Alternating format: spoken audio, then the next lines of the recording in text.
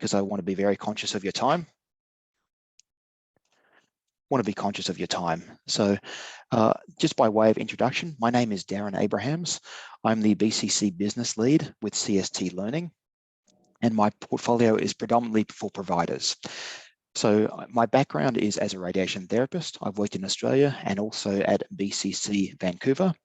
And most recently, I'm a clinical counsellor, was working at BCC in Victoria for a time before joining the project in January of this year. So I'm thankful also to have colleagues, Shannon and Rena will be joining us later, and also our business analysts of Damien and Pat. So thank you each for being here. Today is again just a high-level layered introduction into CST Cerner. Some of this may be familiar for you, others of it may not be, but this will be certainly layered on additionally with learning coming up through, and I'll talk about that at the end. So I'm going to be turning my screen off very soon just so I can concentrate on the presentation, but I trust this is going to be helpful for you, and I will join you again towards the end.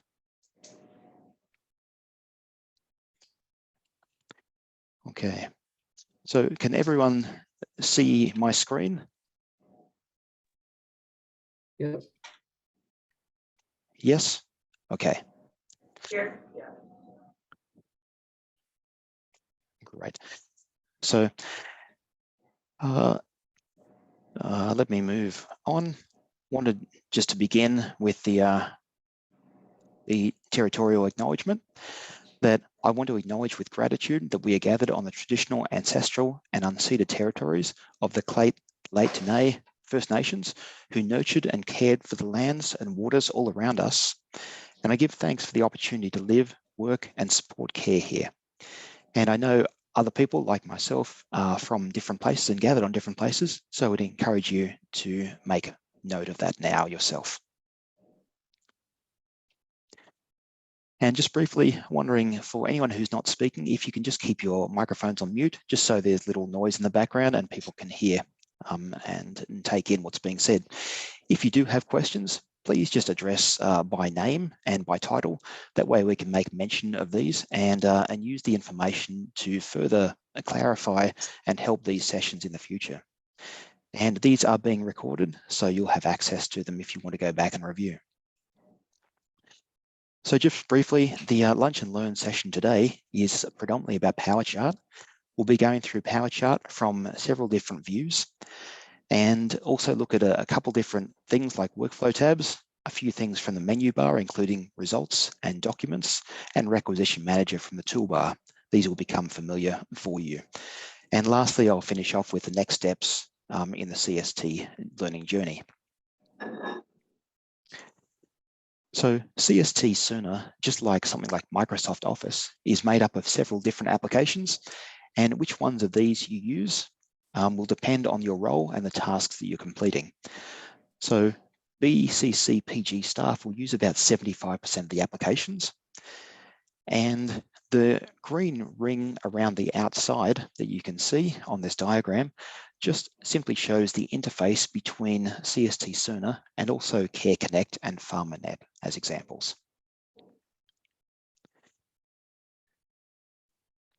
So when we talk about PowerChart, it really is Cerner language for a patient's chart, which is an electronic medical record, and its purpose to provide electronic access for multiple users and to enter and review patient information simultaneously. One of the biggest benefits of this compared to the paper chart system that we've been using up till now. PowerChart intersects with several different departments and functions across encounters within a patient's journey. CST Cerner is an encounter-based system, and an encounter, or sometimes called an episode of care, is a single patient interaction and or a group of patient visits to the health organisation such as BCCPG. You need an encounter to be established and linked to a patient before any orders can be entered or results attached or documentation dictated. And every encounter is assigned an encounter type and a medical service in order to clarify the reason for the patient being there, including their ongoing journey. So I'm going to jump into PowerChart and show a couple different views of how it looks for different disciplines. The first discipline that we're going to look at through the lens of is the oncology clerk.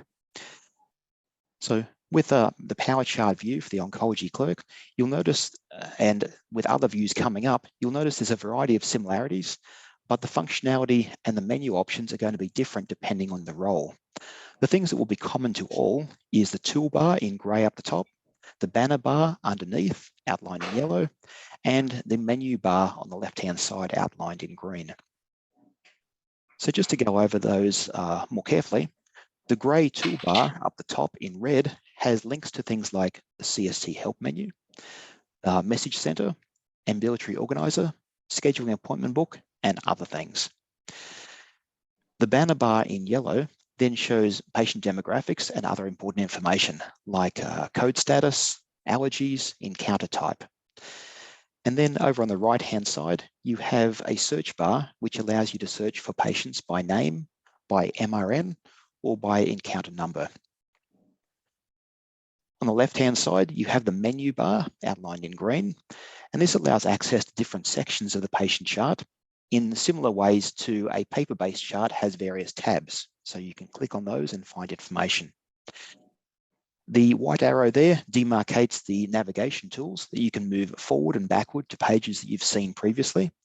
And if you get lost or confused about where you are, you can click on that home button icon, which I use often, and it brings you back to the preset default view, and you can start again from there. Lastly, the black arrow on the right-hand side is the refresh button. So it is encouraged to refresh your screen often. CST Cerner doesn't automatically refresh. Therefore, even if you have inputted information or someone else has, it's encouraged to refresh the screen and update the information for your own knowledge and for those who are viewing as well. This is through the eyes of a radiation therapist or radiation physicist, looking again at PowerChart. You see the similar things, the grey toolbar, the banner bar, and the menu bar. Outlined in red there, we also have the workflow tabs. These are also called M pages, and another Cerner language thing called known as millennial pages, but workflow tabs is more commonly used. And then with each of the workflow tabs, you then have the components associated with each highlighted below in the yellow. For radiation on the oncology department, what is going to happen is while the patient's clinical information will be recorded in CST Cerner, all of the technical information like setup instructions, treatment prescriptions, and quality assurance checklists will remain in ARIA. So the two systems will be running in parallel. This is again through the lens of an ambulatory oncology nurse. And I've just cut off the top part. So there is again the grey toolbar up there, which has been cut off at the moment, and then the banner bar and the menu bar with the workflow tabs, which are now relevant for an ambulatory oncology nurse and the work that they'll be doing. Outlined in red there is the plus button that you can click on to find other workflow tabs that might be helpful in your own workflow. So to click on something like that, I've got the next screen for providers. And if a provider clicked on that arrow, they might come up with a menu that looked like this, and they might choose to have chemotherapy dosing as a workflow tab on there. You can then manipulate these from left to right in whatever order that you choose to make it more beneficial and easier access for your daily progress.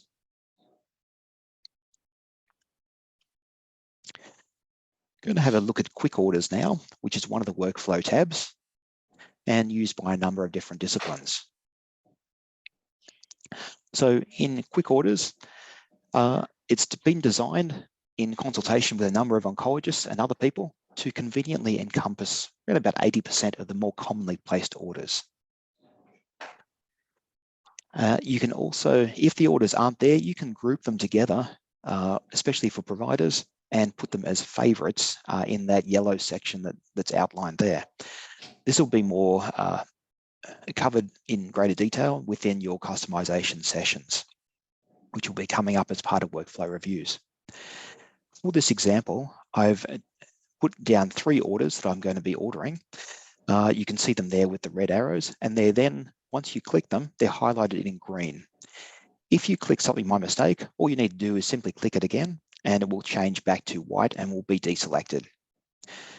So I've chosen the orders of an oncology new patient that's being referred to the radiation oncology department. I've ordered a CT chest and also ordered some medication with ondansetron. After ordering those, you can see up in the top right-hand corner that 3 orders have now gone into my shopping cart there, almost like an Amazon shopping cart. So in order to see these orders in more detail, we'll then click on the trolley up the top and it will go into this screen, Orders for Signature. It gives you a more comprehensive look at the orders that you've placed, and you can go through at this stage and remove anything that you did accidentally if you choose. The best practice that we would suggest is, having gone through the orders, is go to, at the bottom, the Modify Details toggle and clicking that instead of simply clicking Sign. So Modify Details, again, gives you a more specific view, and I'll go into that screen now.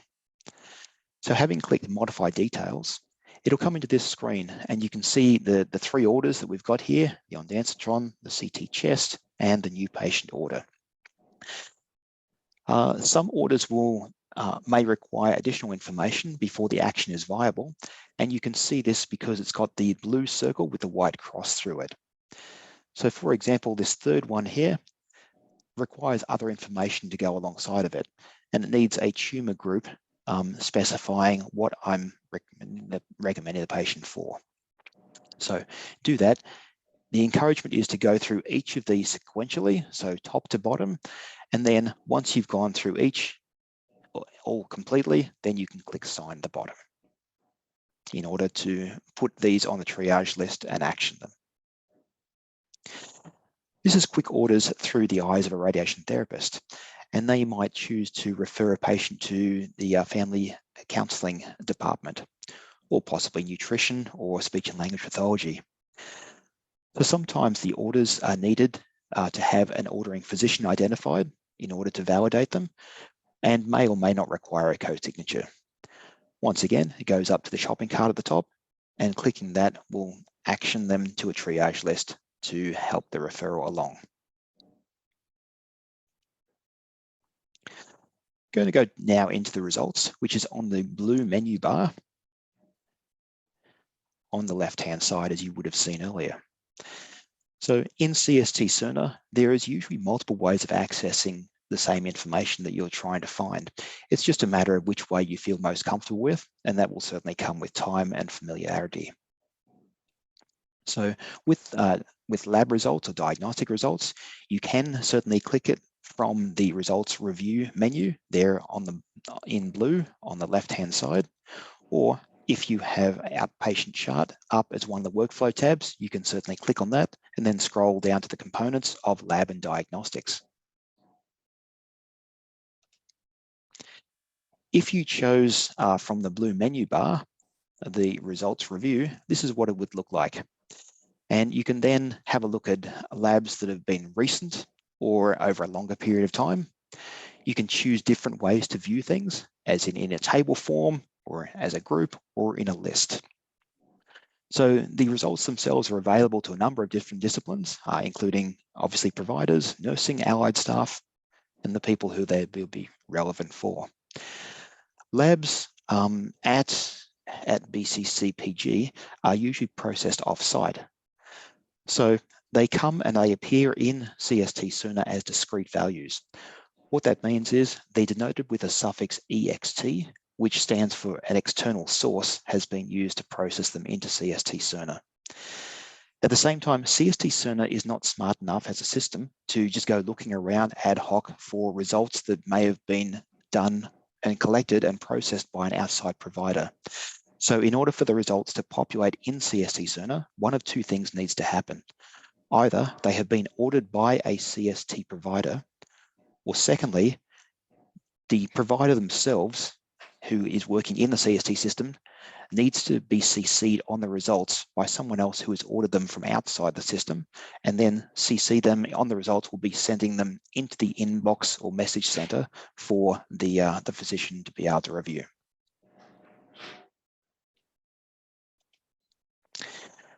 The results themselves appear in color-coded way.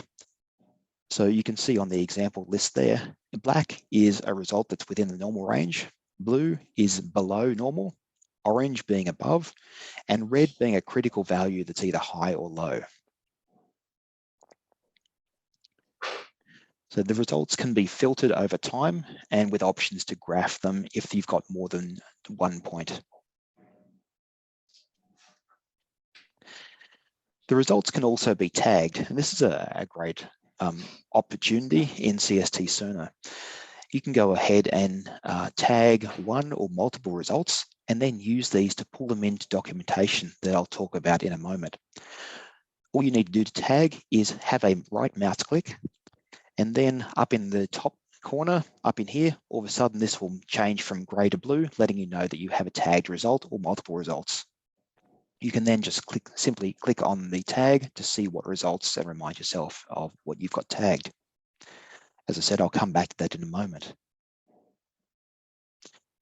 So looking at documents now and documentation. So Power Forms is a term that you'll probably be hearing a lot. This is really the digital equivalent of a paper form that we've been using up till this point.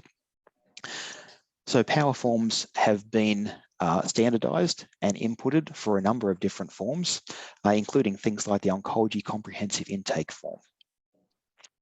To fill in a form, there's multiple ways of doing this. You can just type in an area like the chief complaint, just free text as Cerner calls it. There's radio buttons here that you can click on, or multiple click tick boxes that you have here for multiple selections. Information when filling out a Power Form, one of the neat things is that the information on these forms will then populate into various parts of the patient chart, like histories and allergies and medications. It helps for the duplication later on, that you don't have to do it multiple places in the Power Chart. Dynamic documentation is a functionality that can pull existing and relevant information into a document that's being produced. As I said earlier, the neat thing is that it prevents having to duplicate the input of this information, and you can manually type it in. Auto text is available, and for the physicians is front-end speech recognition. So to access the documentation, you can simply go to the Workflow tab and scroll down to the bottom, and then all of these defaults turn up, and you can choose the one that's most appropriate in order to get started with. This is an example from a counselor perspective of a chart that might be available for them, or a template that might be available and to start using to note down what they need to. So the type dictates the distribution, including who it's going to, like the referring provider and the patient's GP. And there's a number of templates that can certainly be set up and customized for the individual use, depending on their workflow. You can save favorites in terms of templates, and then they're easily accessible for you to use for multiple patients. Also, with the title, would encourage, as a reminder, just to change to something that's very relevant, possibly using a patient's name or some other specific information that you could use to locate that. Getting back to that tagged information that I talked about earlier, I've got an example here of 4 items that I've tagged. So sodium, phosphate, uric acid, and saturation.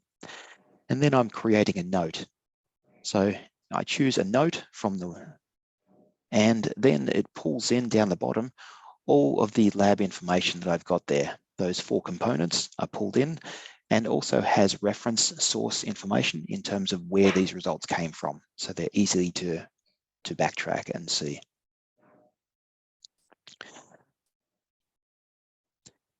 And lastly, just going to go over Requisition Manager just quickly.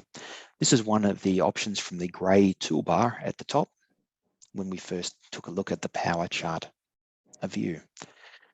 Requisition Manager is a tool that allows for onboard requisition printing. It's primarily used by clerical and secretarial staff and allowing for safe and efficient and on-demand printing of labs or medical images. And it can be likened in many ways to a virtual print queue. This is indeed used in conjunction with the appointment scheduling book. Now, another possibility for Requisition Manager is that it can also be used by the providers. During a consult session with a patient, they can go down to the blue on the left, the blue menu bar, and they can print to PDF and actually print out a hard copy requisition to hand to a patient during the appointment if they so choose. So Requisition Manager really provides the ability to manage, print, and communicate the status of requisitions. And from the grey toolbar up the top left right-hand side, Requisition Manager, when clicked, looks a little like this. And you can customize different filters and different parameters in terms of suiting what you're after.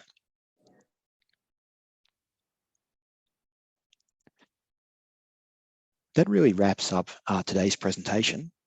And I just wanted to go over two last things that you'll, in the near future, you'll be receiving an email from the learning team with enrollment into a curriculum in order to support your future training and learning with CST Cerner.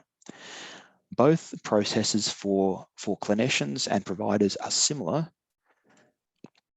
So for the clinicians, starting soon, you'll receive email notification, as I said, and then will be available to you e-learning modules that you'll do through Learning Hub, some self-directed online learning, some boot camps will be kind of a hands-on opportunity with facilitated development from some of our team, and then you'll have skill sharpeners and ongoing practice in the lead up to go live. The provider's workflow journey development journey is going to be very similar with e-learning modules, self-directed online learning, facilitated workflow reviews and a personalization session in there, and then obviously ongoing practice in the lead up to go live as well.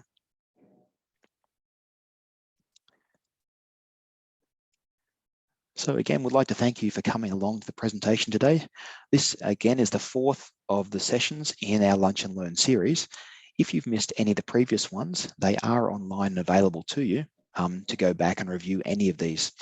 But we trust that it's given a helpful and high-level view of what's coming up with CST Cerner, and trust that the team will be available to you to support the learning as we go forward. And at this time, we'd certainly invite any questions if there is some, and happy to seek to answer those for you.